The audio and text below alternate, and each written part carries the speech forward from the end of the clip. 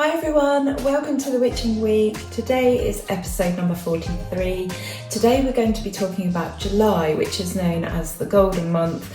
We're going to be talking about the dog days of summer, and I have some journal prompts for you to use before we hit the harvest around the 1st of August. So you might need a pen and paper for this one. So if you're interested in these topics and so much more, then grab a cup of tea, get comfy, and we'll jump right in. So welcome back to the channel everyone, it's so good to have you here. If this is your first time, I'm Wren, the Cemetery Witch. I live on a cemetery in the heart of England, and every Friday we get together to have a comfy, cosy chat, and we look at the topics of the week past, the week coming, and basically the turn of the wheel, the seasons of the year. So today I am burning some super hit incense. I absolutely love this stuff. It's made by Satya, but I think it's their one box that isn't in a colour, and it's got this lovely black and silver box. I really love this stuff, and I am drinking my lime squeeze into water. I actually find that this stuff really keeps your mouth fresh. It really just kills all the bacteria.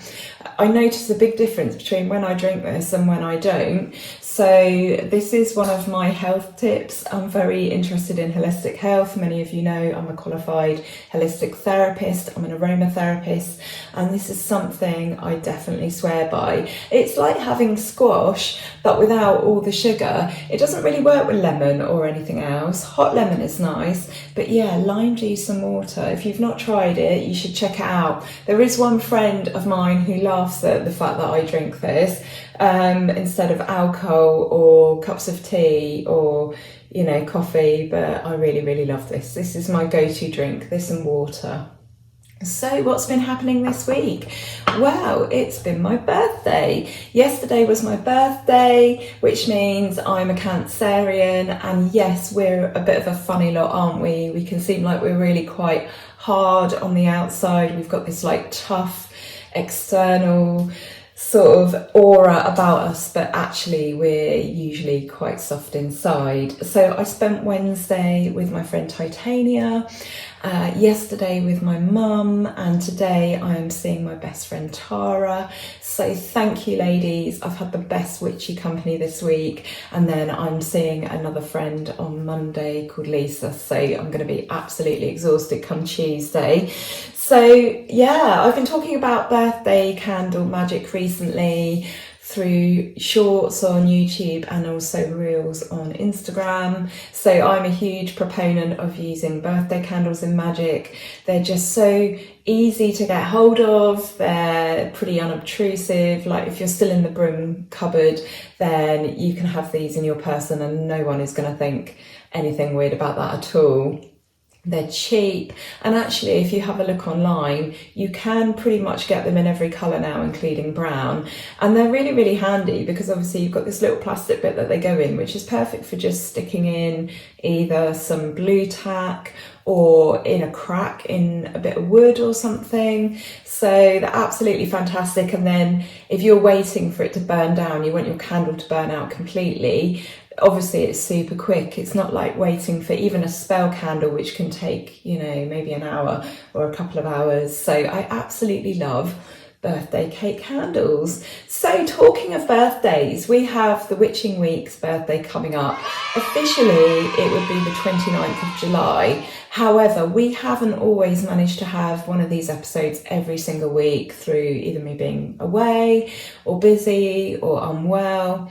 So I've worked out that we've got 10 more episodes. It's number 43 today. So on the 10th episode from now, we will have our birthday, which I think falls around about the 8th of September.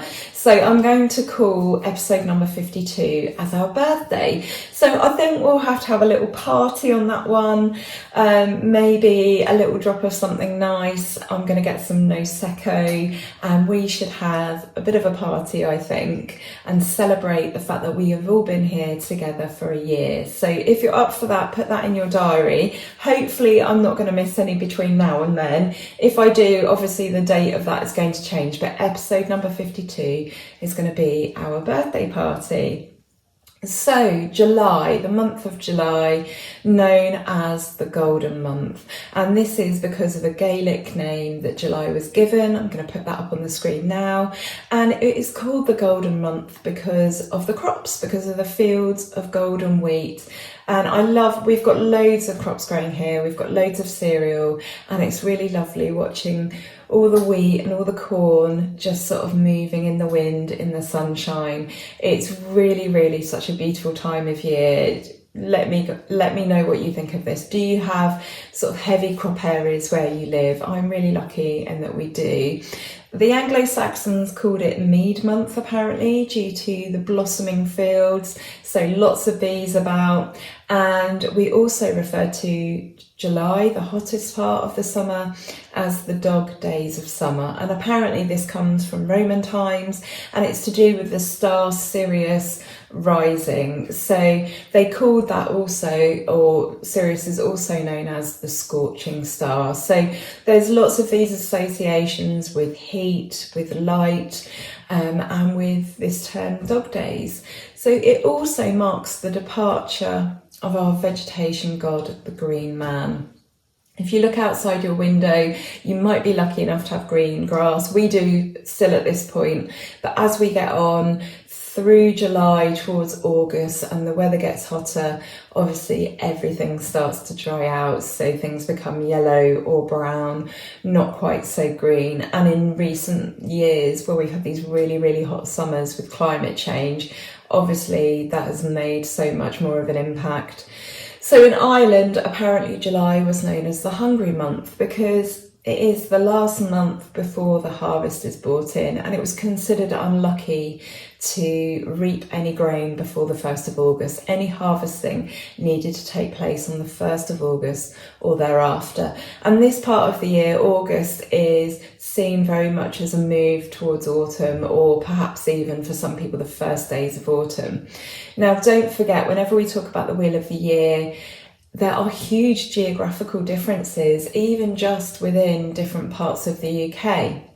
And so the things that I am seeing and observing up here in the Midlands towards the east of the country are going to be possibly very, very different to those in the deepest southwest, or those, of course, in Scotland or Northern Ireland. So when we are celebrating the Wheel of the Year, when we are reading lore about our festivals and our Sabbats and the history that is or isn't behind them, it's still really important to remember that there are geographical differences, and also things are changing over time. So, and it depends as well in terms, and I'm thinking about climate change there when I'm saying about things are changing over time, but also the type of life you live really makes a huge difference as well. So I've spoken about how we live in a very old stone house with very thick, metre thick stone walls. And yes, okay, we had trouble heating our house the winter just gone because of the price changes and the price rises, but on the whole, winters are still difficult in a huge drafty house like this. So for me personally, yes, there is spring, yes, there is autumn, but those are felt very, very minimally. For us, it's very much a split into two halves. So we have summer and winter, which is very much how the Celts saw things. And I suppose when you look at living conditions back then, yes, they had round houses, yes, they must have had lovely fires to keep them warm, but it must have been tough. And so for them, there were two halves of the year, summer and winter. And that is how it feels for me. Yes, you have those first sort of stirrings of spring where you're coming out of winter, but it's still very, very cold inside. And the same goes for autumn. Everybody really, really loves autumn. They love going out for an autumn walk. But for us, if we go out, well, it doesn't happen for my husband so much, it does for me because I get very cold. But if we go out for a walk and we get cold in the autumn, there is not really a coming in and warming up because our house is so cold. So for me, that's when the difficult part of the year is. So I would like to know, what does July mean to you? What does it mean to you? Does it mean something different to you as an adult as to what it did as a child? Is there anything important going on in July for you? For me, July is quite a magical month, and I think this feeling has been put in place as a child. So I was always very excited about the change in weather.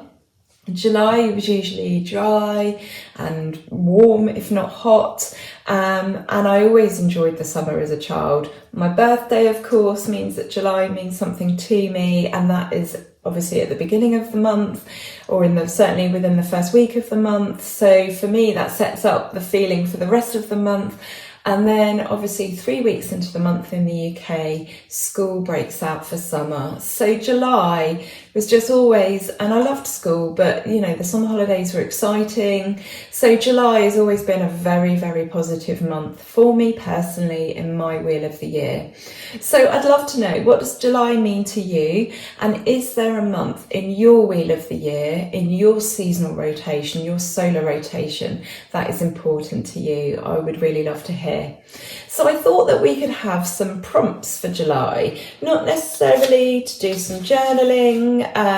You will need a pen and paper though, probably, to write these down, or you can just pause the video.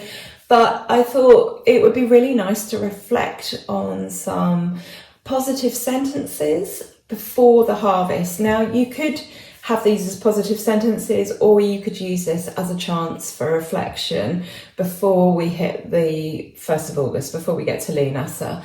I just think as we are starting to think about that harvesting energy, that Thanksgiving, that reaping what we've sown, I just thought it would be really nice to think about some prompts. And I thought we could, if you're willing, if you feel comfortable, I thought we could share them in the comments. So I will do that as well. I'll get that done before next week.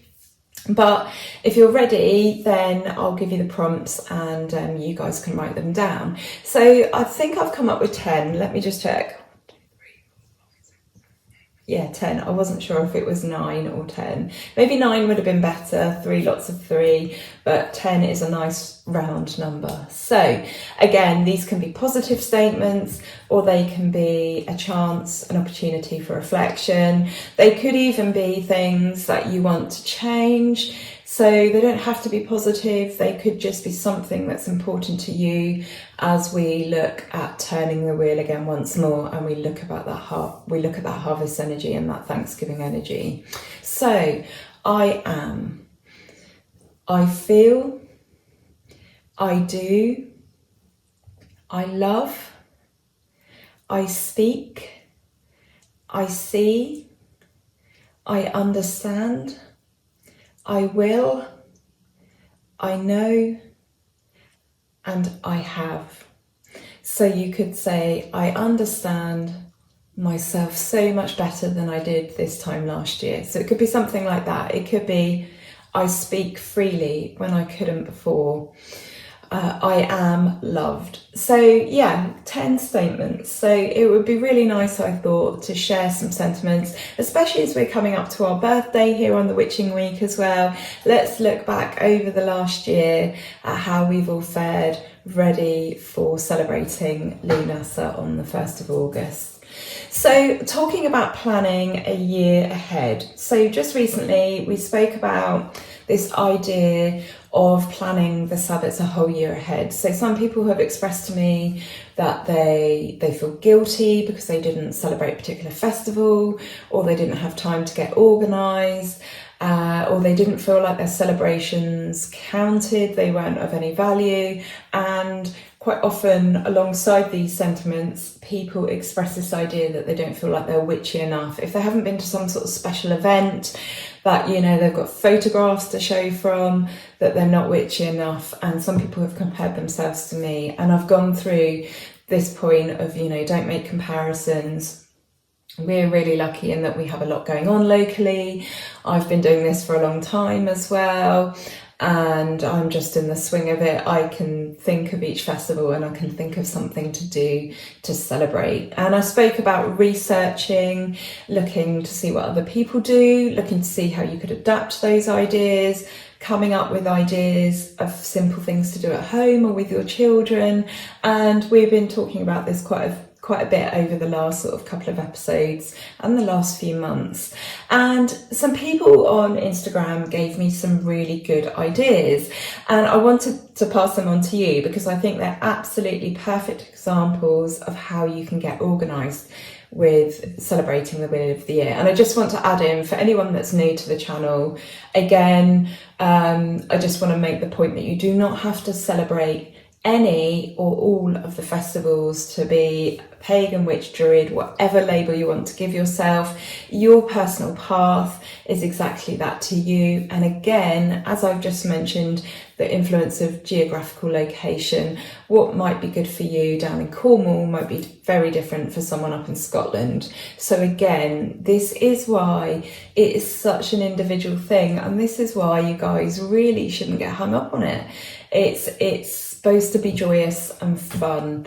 And so I want to thank Sanrio Pinkcore and Jenna Weeks for your ideas. So Sanrio Pinkcore on Instagram said, a really, really lovely and simple way of celebrating or observing or honouring the Sabbats, whichever you choose to celebrate, if you do, is wearing a colour to represent that, which I think is such a lovely idea. And many of you might do this naturally. I know that myself, as we head into the autumn, I really love to dig out the orange and the brown and maybe a bit of dark green. And so it's really, really simple and a really lovely way to immerse yourself in the energy of that part of the year and wear those colours all day for just one day, or for a couple of days in a row, or just more often throughout that period. And I think that is such a lovely way to do it. And another idea on the theme of colour would be to burn a candle of that colour that you represent with that moment and that particular Sabbath. And so at the moment, I would very much be burning a yellow candle. We're obviously at the peak of heat and light and warmth. And then as we move into August and we start to move towards Lunasa, if you were making, a moment to celebrate and honour and to reflect on that particular Sabbath and all its associated energy, then maybe you might want to use orange or gold or some other colour, maybe even a burgundy perhaps. I don't know, it would be whatever you associate with that particular moment. I mean, July, for example, maybe you take a summer holiday in July, and maybe say you were sort of observing something in July and you think about your holiday and you think about the smell of coconut oil and then you think about the colour white. It could be that white is a colour that you represent with this month in the year, whereas I represent this month in the year with yellow because I think of the sun. So there is no right or wrong. Maybe you like orange for October because you think of pumpkins, rather than orange for August for Lunasa or Lammas. So our celebrations really, really should be tailor-made to us and our own magical associations.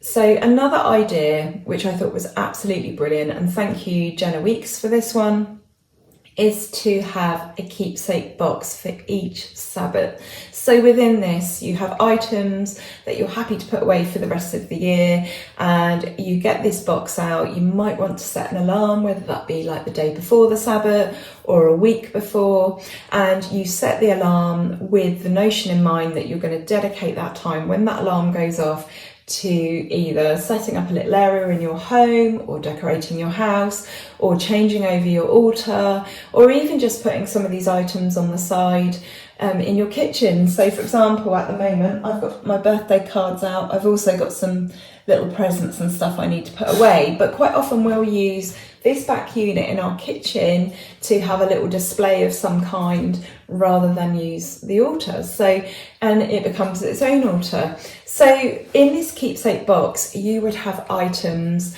that pertain to that particular Sabbath that you associate with that. So for example, 1st of August, Lunasa, Lammas, you might have in your keepsake box, you might have some salt dough that you've plaited into a shape because it lasts absolutely forever if you make it correctly. You might have a little golden sun plaque. Absolutely anything to do with the harvest. You might have a little corn dolly, you might have yellow and orange and gold ribbons and candles, and basically Everything gets packed away in this box, and then all you have to do each year is take this box out. You might keep them up in the loft or in a cupboard. Okay, you might have 8 of them. You might only have 1 or 2. You might only feel like celebrating in a certain part of the year. You might only have one Sabbath that you actually do make an effort to celebrate. You might have a couple that you're not so fussed with. I definitely have a couple that I don't make as much a fuss of, if at all. But the idea is you've got everything packed up ready. And again, this organisation could happen over the period of a year, so that when you get to another year, you're all ready to go. Just take your time with this. Life, hopefully, for most of us is a long journey, and we have all the time in the world. And that doesn't mean, don't make the effort, but don't give yourself a hard time if life gets in the way. We have families, we have bills to pay, we have people to think about, we have jobs, we have so many things that take up our time and energy first and foremost, which is really important. So this is about finding ways to integrate your practice, your magical practice into your everyday life. And it's supposed to be enjoyable. It isn't supposed to be a source of stress.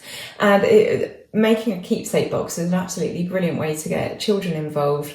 And it would be just like decorating for Christmas, I suppose. Most of us in the UK, I think, whether pagan or otherwise, a lot of us celebrate Christmas. Obviously not if you're Hindu or Muslim, but for those of us that are pagan and don't have perhaps a Muslim or Buddhist or Hindu background, probably celebrate alongside Christmas alongside yours. So yeah, how lovely. Get the kids involved. So following on from there a little bit, I've been thinking about